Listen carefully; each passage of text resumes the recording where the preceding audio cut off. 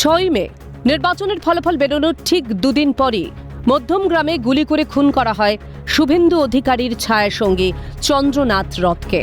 আশঙ্কাজনক অবস্থায় হাসপাতালে নিয়ে যাওয়ার পরই মৃত্যু হয় তাঁর। রবিবার চণ্ডীপুরের কুলুপ গ্রামে সেই চন্দ্রনাথ রথের বাড়িতে গেলেন মুখ্যমন্ত্রী শুভেন্দু অধিকারী। ছবিতে ফুলমালা দিয়ে শ্রদ্ধা জানান তিনি। এরপর চন্দ্রনাথের বাড়ি গিয়ে তাঁর মা ও ভাইয়ের সঙ্গে দেখা করে দীর্ঘক্ষণ কথা বলেন তিনি। এরপর মুখ্যমন্ত্রী চলে যাওয়ার পর সাংবাদিকদের প্রশ্নের মুখোমুখি হন চন্দ্রনাথ রথের মা। তিনি জানান, অপরাধীরা ধরা পড়বে, তাদের কঠোরতম শাস্তি হবে। উনি যে আমাদের বাড়ি এসছেন এ আমার পরম সৌভাগ্য। উনি যে আমার ছেলেকে মনে রেখেছেন এবং অনেকে পদ পাওয়ার পর ভুলে যান, কিন্তু উনি মনে রেখে আমার বাড়ি পর্যন্ত এসেছেন এবং উনিও কান্নাকাটি করছেন এবং উনি বলেছেন আমাদের পরিবারের পাশে সব সময়ের জন্য আছেন এবং দোষীদের কঠোর থেকে কঠোরতম শাস্তি চাইছেন। হয়তো কোনো ভবানীপুরের হারটাই হয়তো মেনে নিতে পারেননি মাননীয়া, তার জন্য হতে পারে।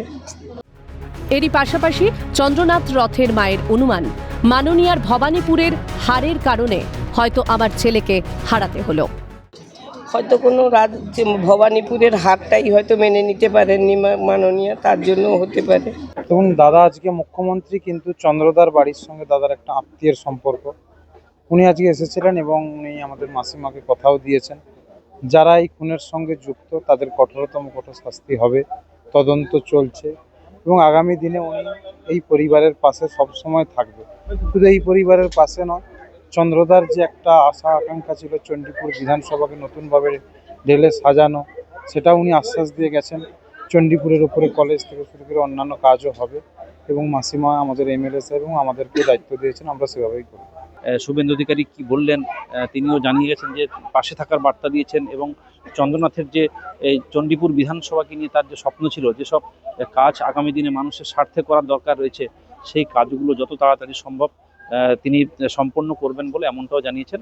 এবং পাশে ছিলেন চণ্ডীপুর বিধানসভা কেন্দ্রের বিধায়ক তিনি ছিলেন, তিনিও সঙ্গে ছিলেন এবং তাকে পাশে রেখে পরিষ্কার জানিয়ে দিয়েছেন যে চন্দ্রবাবু এই যে চণ্ডীপুর বিধানসভা কেন্দ্রের আগামী দিনে সাধারণ মানুষকে পরিষেবা দেওয়ার ক্ষেত্রে যে স্বপ্নগুলো ছিল, দ্রুততার সঙ্গে সেই স্বপ্ন পূরণের লক্ষ্যে এবার থেকে কিন্তু চণ্ডীপুর এলাকাবাসী তার স্বপ্ন পূরণ করবে, এমনটাই দাবি। পূর্ব মেদিনীপুর থেকে বিনোদ মণ্ডল, ক্যালকাটা নিউজ।